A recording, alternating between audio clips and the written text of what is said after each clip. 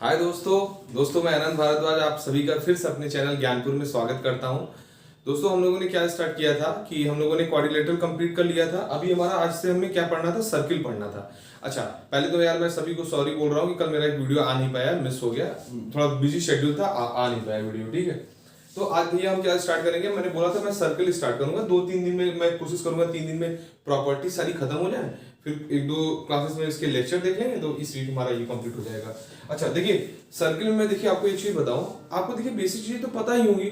आप सर्किल यदि पढ़ रहे हो तो आपको ये चीजें तो बेसिक चीजें, बहुत सी चीजें आपको पता होंगी, लेकिन मैं ज्यादा टाइम उसमें नहीं दूंगा।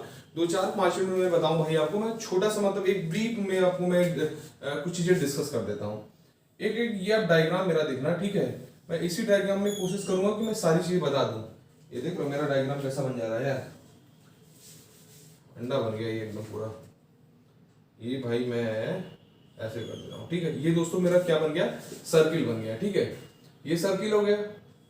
अच्छा, आप यहाँ पे एक चीज ये देखो, सर्किल की पहले तो जनरल सी बात जान दो दोस्तों, ये क्या है हमारा सर्किल बन गया। आपको पता है, यदि मैं सर्किल के एक जनरल आपको एक डिफिनेशन टाइप की मैं बताऊं ना, तो दोस्तों सर्किल क्या होता है, लोकस होता है पॉइंट का, कई ढेर सारे पॉइंट्स का लोकस होता है। जैसे मैं बोलूं एक ये पॉइंट है ना, ये कई ढेर सारे पॉइंट्स है ना, ये कई ढेर सारे पॉइंट्स है, इन सारे पॉइंट्स को मैं मिला दूं तो ये क्या बन जाएगा, ये सर्किल बन जाएगा, ठीक है।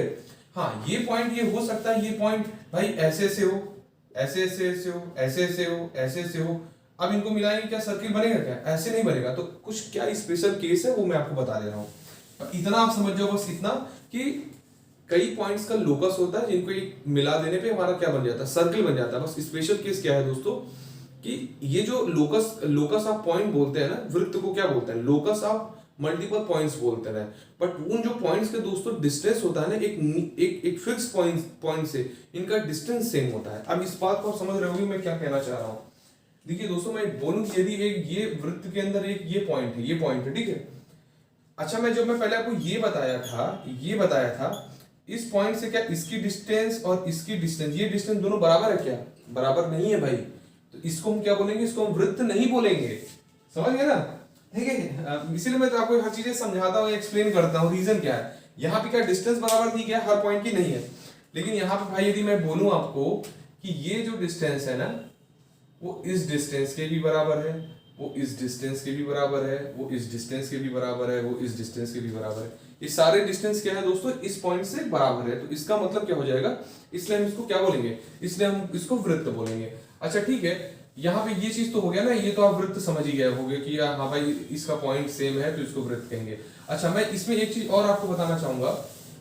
ये तो चलिए ठीक है, कई ढेर सारे छोटे छोटे पॉइंट्स हैं, ज्यादा मैं टाइम नहीं लूंगा, 5 मिनट में सारी चीजें आपको बता दूंगा।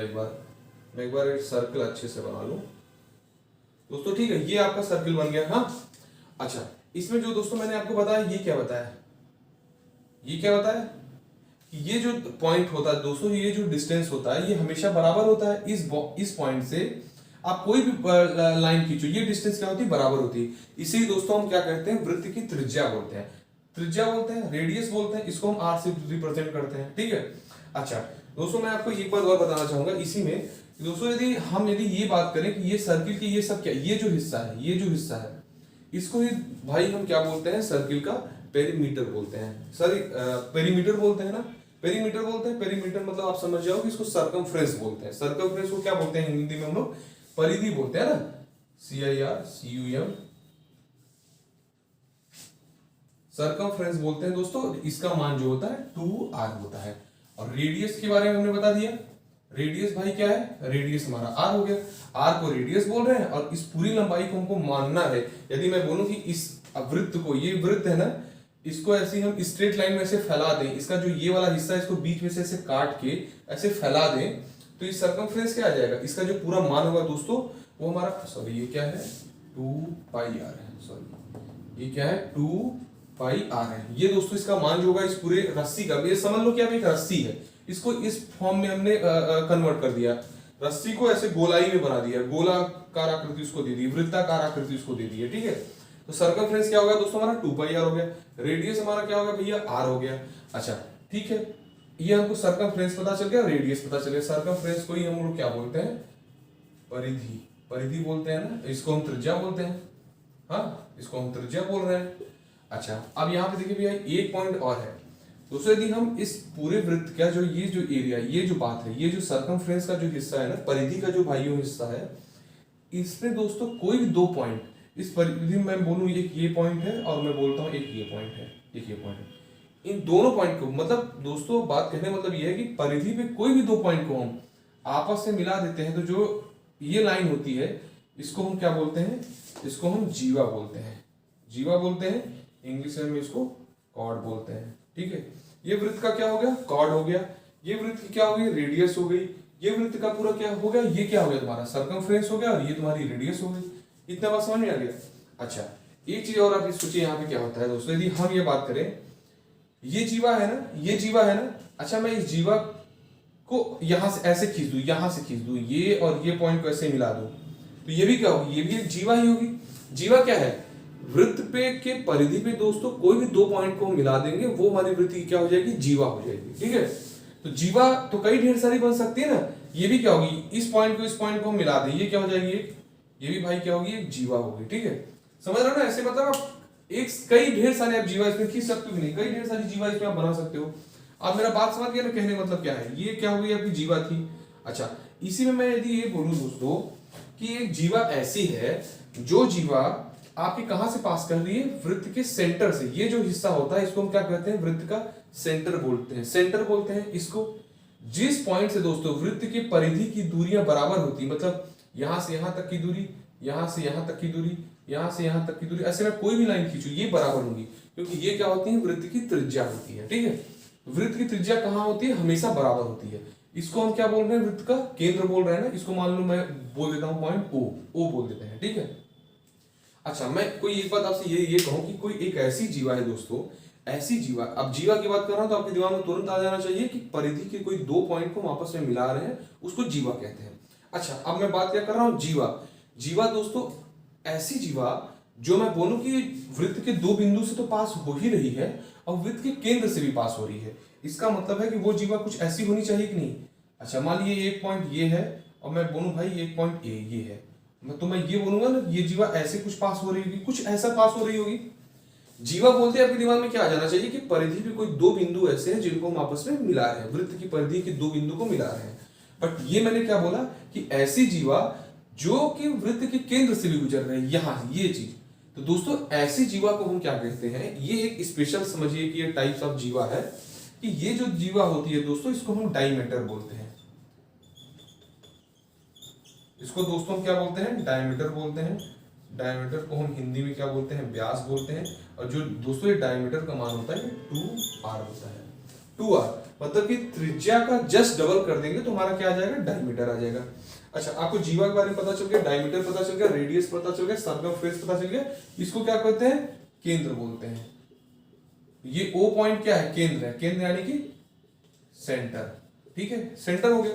अच्छा, ये चीज तो पता चल गई ना। अच्छा, मैं यदि आपको ये बोलूं भाई, यदि मैं आपको इसमें ये बात बोलूं, ये चीज ऐसे हो गया कि एक ऐसा लाइन हम ड्रॉ कर रहे हैं जो कि इस वृत्त को ऐसे टच करके गुजर रही है। ऐसे क्या कर रही है भाई, ये जो लाइन है इसको टच करके गुजर रही है। ये लाइन ए, ये मैं बोलता हूं एक लाइन सेगमेंट है जो ए बी, जो इस वृत्त को यहां पे टच कर रही है। ठीक है, इस पॉइंट को मान लीजिए बोल देता हूं टी। क्या बोलता हूं, टी। दोस्तों ये जो पॉइंट होता है ना, इसे पॉइंट ऑफ कांटेक्ट कहते हैं। इस टी पॉइंट को हम क्या बोलते हैं, पॉइंट ऑफ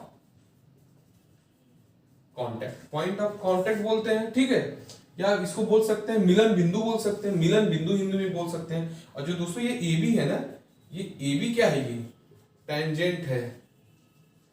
टेंजेंट है यानी कि क्या है, स्पर्श रेखा है। ये क्या है, ये वृत्त की क्या है, ये स्पर्श रेखा है। आपको ये बात समझ में आ गई। अच्छा, एक पॉइंट अब और आप ध्यान दो। मैं बोलूं दोस्तों कि ऐसा रेखाखंड है एक, या एक ऐसा लाइन सेगमेंट है जो इस वृत्त को दो बराबर, ऐसे दो बराबर नहीं कहेंगे, ऐसे दो भागों में ऐसे कट कर रही है। ठीक है, मान लिया मैं बोल देता हूँ ए और इसको नाम देता हूँ बी। एक तो यहाँ बिंदु पे ये कट कर रही है, यहाँ भी कट कर रही है। दोस्तों इसको क्या बोलते हैं, इसको हम सेकेंड बोलते हैं। सेकेंड मतलब क्या होता है, छेदक रेखा।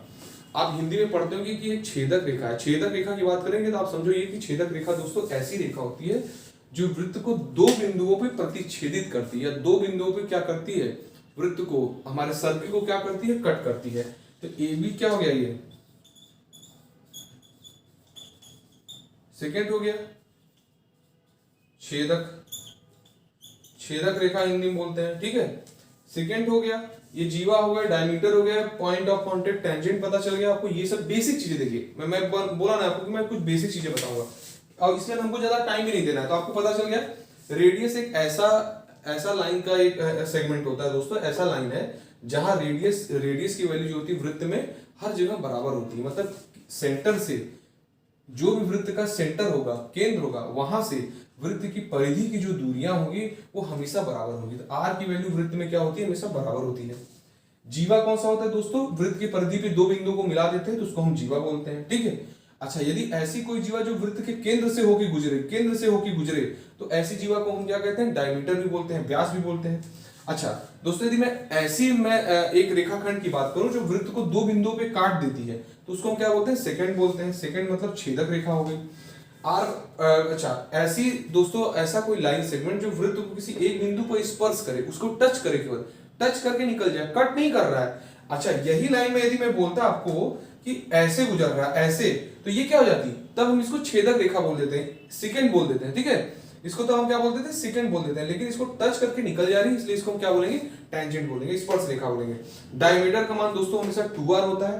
2r क्यों होता है, क्योंकि आपको पता है यहां से यहां तक की दूरी जब r है, और यहां से यहां तक की भी दूरी क्या होती है, r होती है, ये भी दूरी r होती है।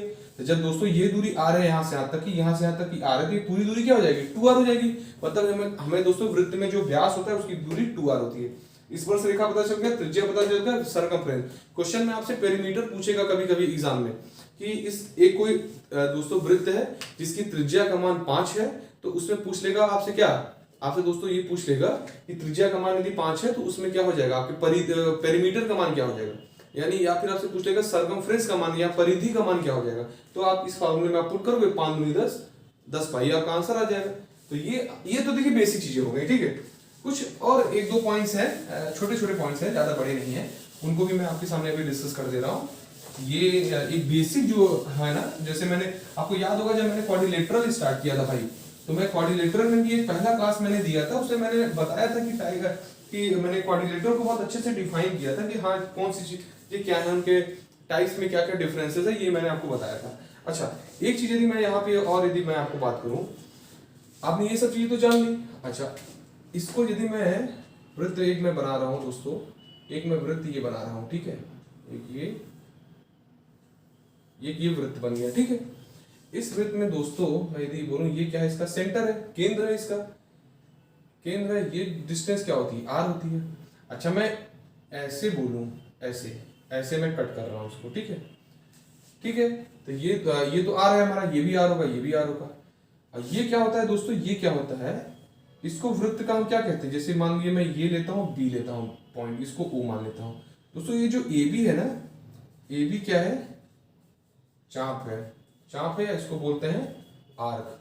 ये वृत्त का ए बी क्या है, ये चाप है। इस वर्ड को क्वेश्चन में कई बार यूज होगा कि छोटे चाप द्वारा ये कोण बन रहा है, या बड़े चाप द्वारा ये कोण बन रहा है, या छोटे आर्क द्वारा ये कोण बन रहा है, एंगल बन रहा है। तो ये सब चीजें आएंगी, इसलिए मैं बस टर्म्स बता रहा हूँ। ए बी को क्या बोलेंगे, चाप बोलेंगे। अच्छा, ए बी दोस्तों यदि चाप है तो क्या ये दूरी भी चाप नहीं है क्या, ये भी तो चाप है ना। एक ए बी चाप ये है, और एक दोस्तों ए बी चाप ये है, ठीक है। तो दोस्तों देखिए, एक छोटा ए बी चाप बन रहा है, एक बड़ा ए बी चाप बन रहा है। तो जो ये बड़ा वाला ए बी चाप बन रहा है ना, इसको मेजर आर्क बोलते हैं, या हिंदी में बोलते हैं वृहद चाप। और दोस्तों ये जो छोटा ए बी बन रहा है ना, ये छोटा वाला, इसको क्या बोलते हैं, माइनर आर्क बोलते हैं, ठीक है। आप समझ गए हो ना, ये माइनर आर्क हो गया, ये क्या हो गया, मेजर आर्क हो गया, ठीक है ना। ये चीज आपको आर्क के बारे में थोड़ा सा आइडिया मिल गया ना, बेसिक थोड़ा सा आपको पता चल गया होगा। अब इसके बाद दोस्तों हम आ जाते हैं, ये तो मैंने चाप का बात बता दिया, ठीक है।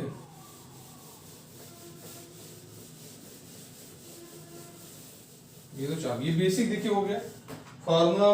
आप अभी मैं आपको बताते हुए मैं आपको बता दूंगा, बहुत सी चीजें हैं, ये छोटी छोटी चीजें हैं। अब कुछ प्रॉपर्टी के बारे में भाई हम बात कर लेते हैं। कुछ बेसिक प्रॉपर्टी है, ये दोस्तों कुछ बेसिक प्रॉपर्टी है हमारे सर्किल में हम पढ़ते हैं, उनकी बात कर लेते हैं। हाँ, जैसे दोस्तों ये एक सर्किल है, ये एक सर्किल है, ठीक है, ये रेडियस है, एक यहाँ पे दोस्तों क्या है, ये जीवा है। ये क्या है, जीवा क्या होती है, जीवा मैंने बताया आपको, जीवा जो होती है भाई वो वृत्त के किसी दो बिंदु को आपस में मिलाती है। ये पॉइंट ए है, ये पॉइंट बी है, इन दोनों बिंदु को क्या करेगी, मिला देंगे, ये क्या हमारी होगी, जीवा हो जाएगी। दोस्तों आप याद रखिएगा, जीवा से जब वृत्त के केंद्र से जब भी जीवा पे परपेंडिकुलर डाला जाता है, यानी कि हम लंब डाल रहे हैं, ये ओ है और ये इसको मैं मान लेता हूं एम। तो दोस्तों जो ये लंब होता है ना, परपेंडिकुलर होता है, वो जीवा ए बी को दो बराबर भागों में बांटता है हमेशा हमेशा। तो ये क्या होगा, ए एम बराबर क्या हो जाएगा, एम बी होगा ना। ये आप प्रॉपर्टी एकदम अच्छे से याद करके रखो, इतना ज्यादा यूज होगा ना ये प्रॉपर्टी, आपको आप थक जाओगे यूज करते करते भाई। इसी का कन्वर्स भी उल्टा भी सही होता है। यदि मैं बोलूं कि कोई एक जीवा है, एक जीवा है, वृत्त के केंद्र से उसको हम यदि बाइसेक्ट कर रहे हैं, दो बराबर भागों में बांट रहे हैं, तो जो दोस्तों ये कोण बनता है जीवा के द्वारा और उस लाइन के द्वारा, तो वो हमेशा 90 अंश होता है। या मैं यदि ये बात बोलूं या मैं ये वाली बात बोलूं, दोनों सही है। मतलब मैं यदि ये बोलता हूं और यहाँ पे ये भी लिख लो आप, ओ एम परपेंडिकुलर है किस पे, ए बी पे, समझे। यदि मैं ये बोलूं कि ओ एम परपेंडिकुलर है ए बी पे, तो ये बात सही हो जाएगी। और मैं बोलूं यदि ये बराबर है, तो ये बात सही हो जाएगी। आप समझ गए ना। यदि ओ से कोई लाइन के द्वारा, किसी रेखाखंड के द्वारा ए बी को हम दो भागों में बांट रहे हैं, तो ओ एम बी जो एंगल बनेगा वो हमेशा 90 डिग्री होगा। या मैं ये बोलूं कि ओ से ये जीवा पे यदि हम परपेंडिकुलर डाल रहे हैं, तो हमेशा बराबर दो भागों में डिवाइड करेगा। ये भी याद रखे रहना, ठीक है। ये चीजें तो आपको पता चल गई, ये तो मतलब बेसिक एक फॉर्मूला था। अच्छा, इसी में मैं आपको एक फॉर्मूला भी बता दे रहा हूँ इसका, ठीक है। मान लिया दोस्तों ये आर है, त्रिज्या है ना, रेडियस है आर है। दोस्तों जो वृत्त का जो क्षेत्रफल का फॉर्मूला होता है, आपके एरिया जो होता है वो क्या होता है, आपका पाई आर स्क्वायर होता है, जो आपके सिलेबस में एग्जैक्टली लेखपाल में दिया हुआ भी है। तो आप इसको आराम से यूज ही कर सकते हो। हाँ, ये चीज तो भाई देखिए हो गया। अभी हम आ जाते हैं थोड़ा सा और एक दो प्रॉपर्टी पे, ठीक है। अब एक दो प्रॉपर्टी मैं इधर ले लेता हूं। जैसे अब मैं बोलूं भाई, एक ये वृत्त बना हुआ है, एक ये वृत्त बना हुआ है, अच्छा ठीक है। मैं बोल रहा हूँ ये इसका सेंटर है, ठीक है दोस्तों। अब मैं ये बोलता हूँ ये एक क्या है, जीवा है, ए बी, ये इसकी जीवा है, ठीक है दोस्तों। मैं यदि ये बात, ये आप डायग्राम को ध्यान रखिएगा,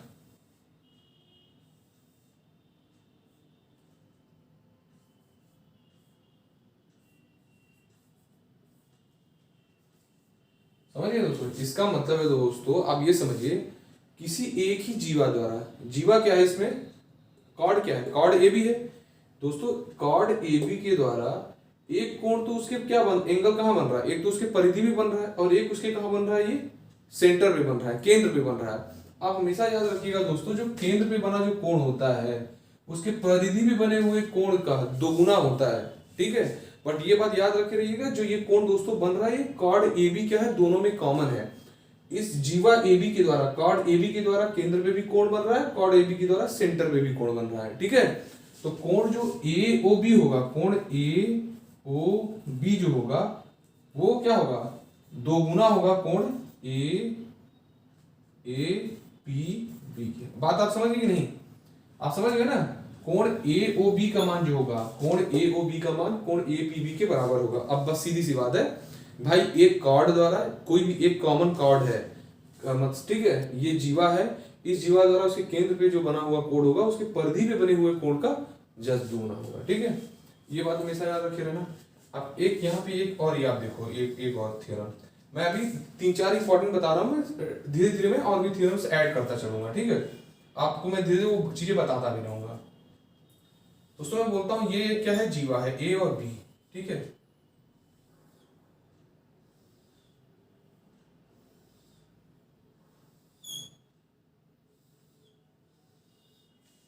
ठीक है, अब आप यहाँ पे देखिएगा, ध्यान देने की कोशिश करिएगा, पी क्यू आर, मैं ये बोल रहा हूँ दोस्तों। ये देखिए जो कॉर्ड है, ये जो जीवा है ए बी, आप ये जीवा ए बी देख रहे हो, इस जीवा ए बी के द्वारा दोस्तों ये कोण बन रहा है ना ए पी बी, एक कोण बन रहा है ए क्यू बी, एक कोण बन रहा है ए आर बी। अच्छा, ये तीनों कोणों में आप देख रहे होगे, इन तीनों कोणों में भाई ये कोण जो दोस्तों बन रहा है वो इस जीवा से ही तो बन रहा है ना, कोण ए क्यू बी, कोण ए पी बी और कोण ए आर बी। एक ही जीवा से दोस्तों परिधि पे अलग अलग जगह कोण बन रहे हैं। अब हमेशा ये बात याद रखे रहिएगा दोस्तों, जो ये एक ही जीवा से वृत्त के अंदर कोई एक जीवा बन रही है, उस जीवा से दोस्तों वृत्त की परिधि पे हम एक तरफ, ये बात भी बहुत इंपॉर्टेंट है, एक तरफ जितने भी हम कोण बनाएंगे उनके कोणों का मान क्या होगा, आपस में बराबर होगा। ठीक है, अब इसका मतलब क्या है दोस्तों, कोण ए पी बी बराबर होगा कोण ए क्यू बी और बराबर होगा कोण ए आर बी। आप समझ गए ना, ये तीनों कोण बराबर है। और एक बात आप याद रखे रहिएगा, ये मैं एक तरफ की बात कर रहा हूं, उस जीवा के एक तरफ की बात कर रहा हूं। अब भाई ये नहीं होगा कि भाई ये कोण जो है आप बोल दोगे कि ये जो कोण है वो इस कोण के बराबर होगा क्योंकि जीवा एक ही है, ऐसी बात नहीं है। उस जीवा की एक तरफ, हाँ इस जीवा की, ये जीवा है ना दोस्तों, एक तरफ तो इसका ये हो गया और एक साइड इसका, इस जीवा के ऊपर का एक हिस्सा हो क्या हो गया, इस जीवा के ऊपर का हिस्सा हो गया, एक इस जीवा के नीचे का हिस्सा हो गया। तो जीवा के ऊपर का जो हिस्से पे कोण बन रहे हैं परिधि पे वो आपस में बराबर होंगे, जीवा के जो नीचे हिस्से पे कोण बन रहे हैं वो आपस में बराबर होंगे। तो भाई ये कोण भी आपस में, आप समझ रहे हो, ये कोण इस कोण के बराबर होगा, ठीक है, लेकिन ये जो कोण है ये आपस में बराबर होंगे। ये आप समझ गए होंगे बात को, इसका आप स्क्रीनशॉट ले लो। ठीक है, अब ये तो हो गई हमारी ये जो तीन प्रॉपर्टी होगी, बहुत ही इंपॉर्टेंट प्रॉपर्टी है, ये आप समझ जाओ। ये तीन प्रॉपर्टी पे मैं बता रहा हूं भाई आपके लेखपाल के एग्जाम के हिसाब से यदि मैं बात करूं कि लेखपाल के एग्जाम में किस तरीके से चीजें हो सकती हैं, तो मुझे लगता है कि ये तीनों प्रॉपर्टी अपने आप में बहुत बड़ी चीज हो गई है। और आपको मुझे नहीं लगता इससे ज्यादा भी आपकी प्रॉपर्टी शायद आ पाएगी एग्जाम में, इससे ज्यादा यूज भी होगा, क्योंकि बहुत ही इंपॉर्टेंट है, बहुत ही ज्यादा इंपॉर्टेंट है, आपको मैं बताऊं ये। अच्छा हम लोग सर्किल की बात कर लिए हैं, एक सेमी सर्किल की बात कर लेते हैं दोस्तों। यदि सर्किल बना था ना,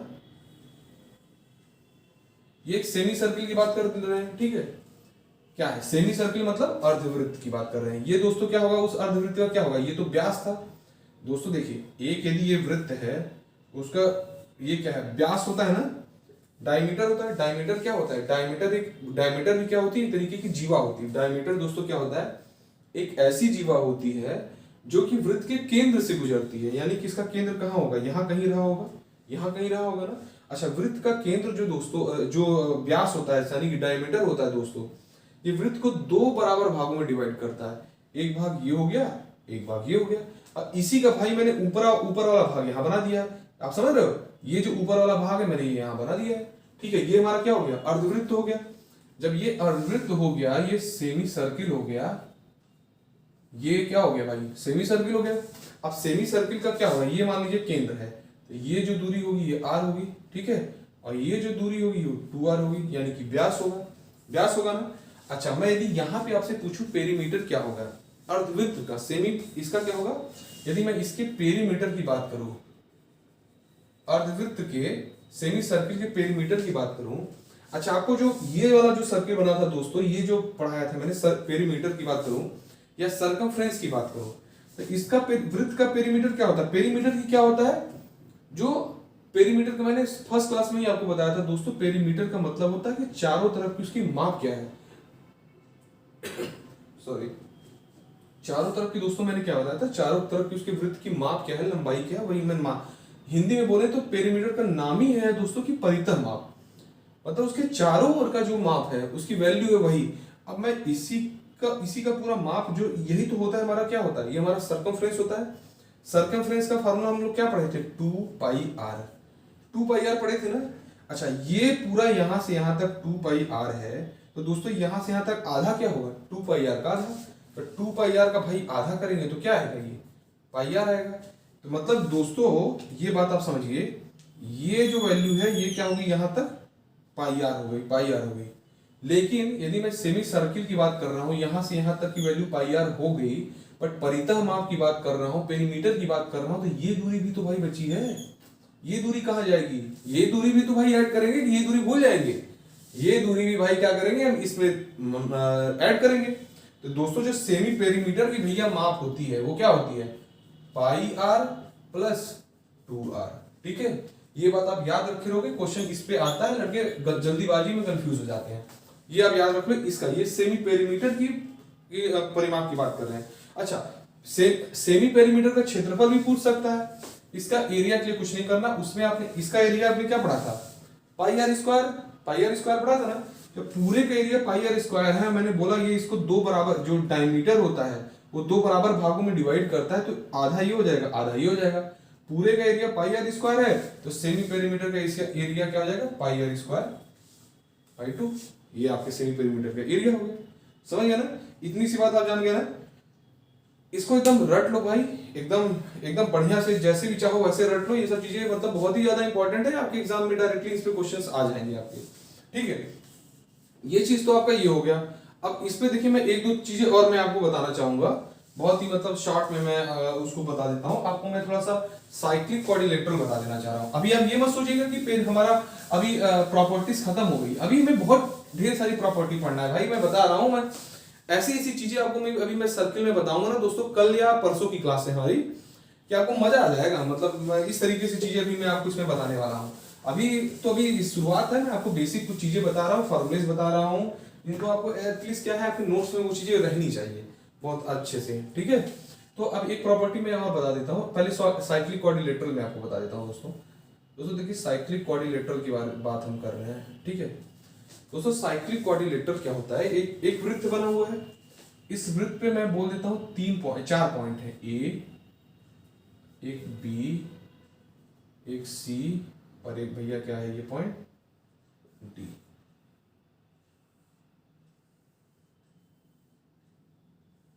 ये क्या है, साइक्लिक क्वाड्रिलेटरल है। ठीक है, अच्छा इस पे एक्चुअली दोस्तों होता क्या है साइक्लिक क्वाड्रिलेटरल में, ये देखिए 4 पॉइंट है ना, इस वृत्त पे क्या है, परिधि पे, इसके वृत्त के परिधि पे क्या है, 4 पॉइंट है दोस्तों। साइक्लिक क्वाड्रिलेटरल एक ऐसा मतलब केस होता है कि यहाँ पे हमारा जो कोण दोस्तों ना, कोण डी ए बी,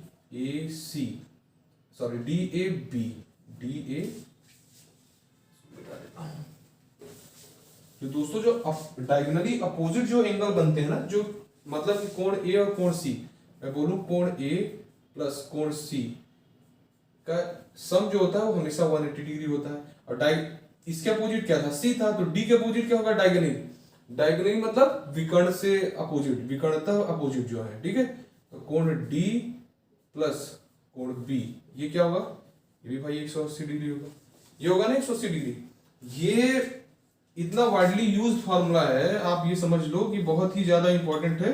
इस पे आपको भर भर के क्वेश्चन आपके एग्जाम में दिखेंगे, मैं बता रहा हूँ। ये बहुत ही ज्यादा इंपॉर्टेंट प्रॉपर्टी मैं इसमें डिस्कस कर रहा हूँ। ठीक है, इसको एकदम याद कर लो, ये कोण इसके बराबर होगा, अरे सॉरी, इस कोण और इस कोण का दोस्तों सम आपस में बराबर होगा, और इसके सम का आपस में बराबर होगा। ठीक है, अच्छा मैं इस पॉइंट को ऐसे मैं बढ़ा दूं यहाँ पे, तो दोस्तों एक कोण यहाँ बन रहा है, ये कोण यहाँ बन रहा है भाई। जो ये कोण का मान माने यदि मैं थीटा बोलता हूँ, तो ये जो कोण बनेगा ना, ये भी आपस में थीटा बनेगा। इसको आप याद रख लो। इसका मतलब क्या है कि दोस्तों जो कोण बी सी, मैं ये पॉइंट को डी मान लेता हूँ, कोण बी सी और डी, कोण बी सी डी जो होता है दोस्तों, वो बराबर होता है कोण बी ए डी।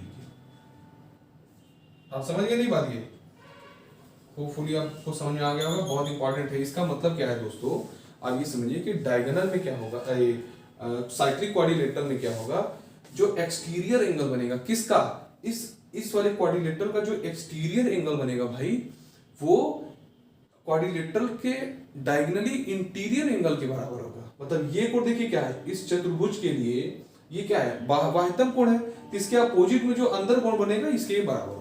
बात समझ आ गई, इतनी सी बात। तो भाई हम क्या करते हैं, आज की क्लास इतना ही रहने देते हैं। अभी कुछ सर्किल के प्रॉपर्टी के बारे में और सेमी सर्किल का भी एक प्रॉपर्टी बहुत ही ज्यादा इंपॉर्टेंट है, उसके बारे में डिस्कस करना रह गया, हम उसके बारे में भी बात करेंगे।